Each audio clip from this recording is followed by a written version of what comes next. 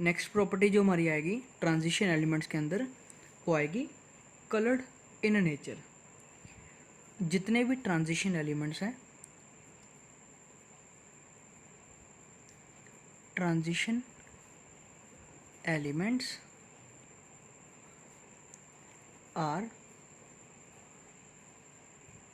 Coloured in nature. ठीक है, जितने भी ट्रांजिशन एलिमेंट्स हैं वो ज़्यादातर अपनी सॉलिड स्टेट के अंदर या कुछ केसेस में उसकी एक्वस फॉर्म अगर हम लें तो उनका नेचर जो होगा वो किस तरह होगा, वो कलर्ड नेचर में होंगे। ठीक है, इसका मेन रीज़न क्या है, ट्रांजिशन एलिमेंट्स के कलर्ड क्यों है। ठीक है, कई बार आपको क्वेश्चन इस तरह से आ सकता है, आपको कहा जाएगा कि वाई, ये बताइए कि ट्रांजिशन एलिमेंट्स का नेचर कलर्ड क्यों है। ठीक है, या कलर इन नेचर क्यों है। उसका सबसे बेसिक जो रीज़न है, सबसे मेन जो रीज़न इसके अंदर आएगा वो आएगा due to the presence of partially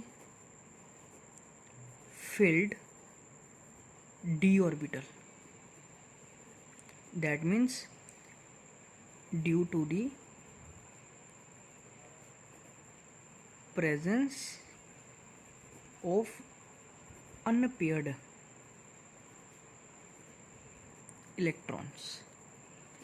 इसका मेन रीज़न ये है कि जितने भी डी ब्लॉक के एलिमेंट्स हैं, हमने देखा कि डी ब्लॉक के कुछ एलिमेंट्स ऐसे हैं जो कि ट्रांजिशन है। ठीक है, ट्रांजिशन एलिमेंट वो होंगे कि जिनके अंदर पार्शियली फिल्ड क्या होंगे, डी ऑर्बिटल्स। ठीक है, अब जो पार्शियली फिल्ड डी ऑर्बिटल्स हैं, मीन जो ट्रांजिशन एलिमेंट्स हैं, उनके अंदर अगर पार्शियली फिल्ड है, इसका मतलब वो उनके अंदर कुछ अनपेयर्ड इलेक्ट्रॉन्स प्रेजेंट हैं। इन अनपेयर्ड इलेक्ट्रॉन्स के कारण ही ये क्या करते हैं, ज़्यादातर अपना नेचर कलर्ड शो करते हैं। ठीक है, ट्रांजिशन एलिमेंट्स के जो ज़्यादातर आयंस, ठीक है, जो आयनिक स्टेट में,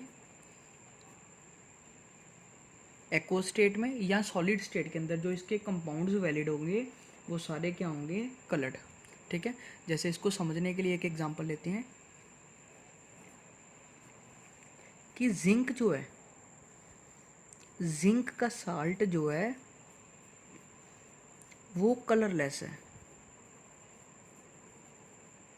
बट जो कॉपर का साल्ट है वो कलर्ड है।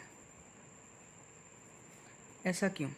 ठीक है, जिंक का साल्ट जो है वो कलरलेस है, जो कॉपर का साल्ट है वो कलर्ड है। जैसे एग्जांपल के लिए, ठीक है, जिंक का साल्ट मतलब जिंक सल्फेट मान लो ले लेते हैं, कॉपर का साल्ट मतलब मान लो हम इसको कॉपर सल्फेट ले रहे हैं। ठीक है, इन चीज़ों को हमने +1 के अंदर रिडॉक्स रिएक्शन चैप्टर में भी पढ़ा था कि जो जिंक सल्फेट है वो हमारा ट्रांसपेरेंट सोल्यूशन है। ठीक है, उसका कोई कलर नहीं है। जो कॉपर सल्फेट है उसका हमने देखा था वैसे कौन सा कलर आता है, ब्लू। ठीक है, उसका ब्लू कलर है। इसके पीछे मेन रीज़न क्या है, देखिए हम लिखते हैं जिंक की कॉन्फ़िगरेशन। जिंक का एटॉमिक नंबर है 30, means 1s2 2s2 2p6 3s2 3p6 4s2 and 3d10। ठीक है, यहाँ तक हो गया मेरा टोटल 30। अब इसमें इसको अरेंज करेंगे सब, 1s2 2s2 2p6 3s2 3p6 3d10 और लास्ट में आ गया 4s2। ठीक है, ये पहली शेल मेरी, ये दूसरी, ये तीसरी शेल और ये लास्ट में चौथी शेल। ठीक है, अब हमने क्या शो करना है इसको सॉल्ट फॉर्म में, मतलब इसकी आयनिक स्टेट में लेके आना हमने इसको। तो इसमें से क्या होगा, अगर Zn+2 है, प्लस चार्ज कब आता है, जब किसी चीज़ में से 2 इलेक्ट्रॉन्स को हम रिमूव करते हैं। ठीक है, जैसे यहाँ पर +2 है तो +2 में मतलब 2 इलेक्ट्रॉन्स को रिमूव करेंगे, तो हमने ये 2 इलेक्ट्रॉन्स को कर देना रिमूव। तो लास्ट में बचेगा क्या, सबसे पहले 1s2 पूरी कॉन्फ़िगरेशन लिख रहा हूँ, 2s2 2p6 3s2 3p6 3d10। ठीक है, अब डी शेल के अंदर टोटल हमारे पास कितने ऑर्बिटल्स हैं, टोटल 5 इस तरह से। अब टोटल इसके अंदर जो इलेक्ट्रॉन्स हैं वो हैं 10, इसका मतलब ये तो फुली फिल्ड हो गया, इसके अंदर no unpaired electrons are there, ठीक है, इसके अंदर कोई भी इलेक्ट्रॉन्स प्रेजेंट नहीं है, ठीक है, मीन्स कोई भी अनपेयर्ड इलेक्ट्रॉन्स प्रेजेंट नहीं है, इसलिए इसका नेचर क्या होगा जिंक आयन का, वो हो गया कलरलेस, ठीक है। अगर इसमें कोई इलेक्ट्रॉन अनपेयर्ड आता तो इसका नेचर कुछ कलर होना था, फिलहाल इसका कलर क्या है कलरलेस, ठीक है। इसी तरह से कॉपर का लिखें 29, ये बन जाएगा 1s2 2s2 2p6 3s2 3p6 4s1 3d10, ठीक है। अब इसका क्या आता है एक्सेप्शनल केस, कॉपर की कॉन्फ़िगरेशन जो है वो थोड़ी सी एक्सेप्शनल है, यहाँ पर इसके अंदर 1 इलेक्ट्रॉन है और इसके अंदर 10 इलेक्ट्रॉन है। अब इसको फिर से अरेंज करेंगे जैसे जिंक को किया, 1s2 2s2 2p6 3s2 3p6 3d10 and 4s1, ठीक है। यह पहली शेल, ये दूसरी, ये तीसरी और ये लास्ट वाली फोर्थ।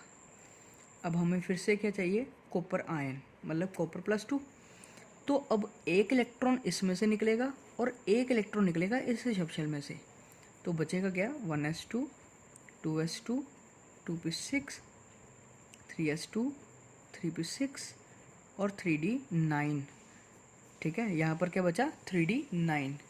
अब 3d9 का मतलब क्या आ गया यहाँ पर कि इसके अंदर 1 2 3 4 और 5, ठीक है। इस तरह से यहाँ पर भी 2 इलेक्ट्रॉन, यहाँ पर भी 2, यहाँ पर भी 2, यहाँ पर भी 2, बट यहाँ पर 1। इसका मतलब क्या हो गया कि इसके अंदर टोटल नंबर ऑफ इलेक्ट्रॉन्स क्या आ गए, 1 अनपेयर्ड इलेक्ट्रॉन प्रेजेंट है, इसके अंदर 1 अनपेयर्ड इलेक्ट्रॉन है। Due to this unpaired electron, इस अनपेयर्ड इलेक्ट्रॉन के कारण इसका कलर क्या हो गया कॉपर +2 का कोई ना कोई क्या आएगा कलर, ठीक है। और वैसे वो कौन सा है ब्लू, ठीक है जी। ये हमारी आ गई एक और प्रॉपर्टी कलर्ड इन नेचर।